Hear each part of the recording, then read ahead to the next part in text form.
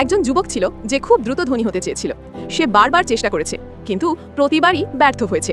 প্রতিদিন নতুন আইডিয়া, নতুন চেষ্টা, তবুও কোনো সাফল্য আসছিল না।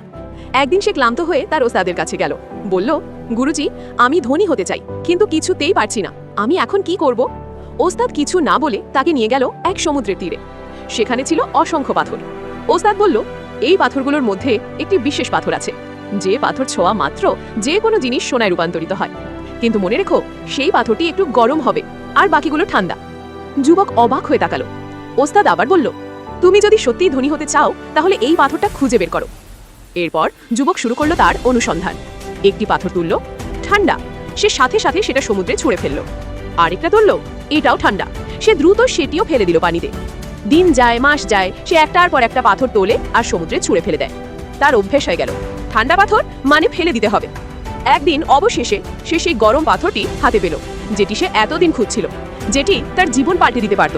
কিন্তু অভ্যেসের কারণে না ভেবে সে সেটিও ছুঁড়ে ফেলল পানিতে। সাথে সাথে সে থমকে গেল। তার চোখ বিস্ময়ে বড় হয়ে গেল। আমি কি করলাম? আমি আমার জীবনের সবচেয়ে মূল্যবান জিনিসটা, সাফল্যের চাবিটাই পানিতে ফেলে দিলাম। এই গল্প আমাদের শেখায়, জীবনের প্রত্যেকটি দিন, প্রত্যেকটি সুযোগ এক নয়। যদি তুমি ভাবো আজকের দিনটা নর্মাল, গতকালের মতোই যাবে, তাহলে তুমি ভুল করছো। কারণ হয়তো আজকের দিনটাই তোমার গোল্ডেন ডে। আজকের এই মুহূর্তেই লুকিয়ে আছে তোমার সাফল্যের পাথর। তাই অভ্যেসে ভেসে যেও না, মনোযোগ দাও, কারণ একটুখানি সচেতনতা তোমার জীবনটাই পাল্টে দিতে পারে।